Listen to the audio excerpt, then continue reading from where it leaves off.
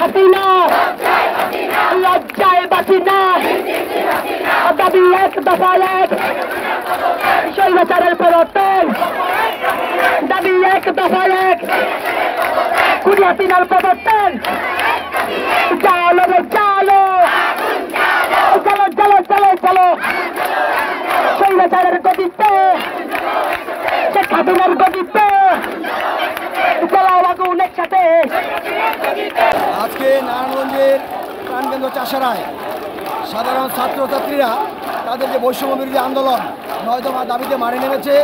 আজকে নারায়ণগঞ্জ প্রায় মূলত অচল, কোনো গাড়ি ঘোড়া চলছে না, কোনো রিক্সা চলছে না, কোনো সাইকেল চলছে না, একদম শুধু ছাত্র জনতার দখলে পুরো নারায়ণগঞ্জ। এখানে শরিক হয়েছে সাধারণ জনতা, যারা ছাত্র জনতার পাশে ন্যায্য দাবির পাশে এসেছে। আমি একজন আইনজীবী, সাধারণ নাগরিক হিসাবে ছাত্রদের ন্যায্য দাবিকে আমি সমর্থন করি।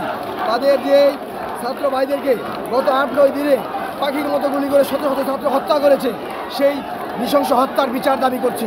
শুধু তাই নয়, ছাত্রদের নামে মিথ্যা মামলা হয়েছে, সেই মিথ্যা মামলা প্রত্যাহার দাবি করছি এবং নারায়ণগঞ্জবাসীকে অনতিবিলম্বে এই ছাত্রদের পাশে এসে দাঁড়ানোর জন্য আমি অনুরোধ জানাচ্ছি। নারায়ণগঞ্জ আজকে ছাত্র জনতার দখলে, নারায়ণগঞ্জ দাবির মুখে অগ্নিস্ফুলিঙ্গ, কোনো বাধা ছাত্রদের সামনে আসতে পারবে না। তারা ছাত্ররা বলছে আমরা শক্তি, আমরা বল, আমরাই ছাত্র দল। ছাত্র ছাত্রী বিভিন্ন স্কুল কলেজের তারা আজ একাকার হয়ে গেছে। তাদের দাবির মুখে সারা বাংলাদেশে কোনো কিছু সামনে আসতে পারবে না। শুধু একটাই দাবি, উই ওয়ান্ট জাস্টিস, বিজয় নিশ্চিত। তারা খুনি হাসিনার পদত্যাগ দাবি করছে।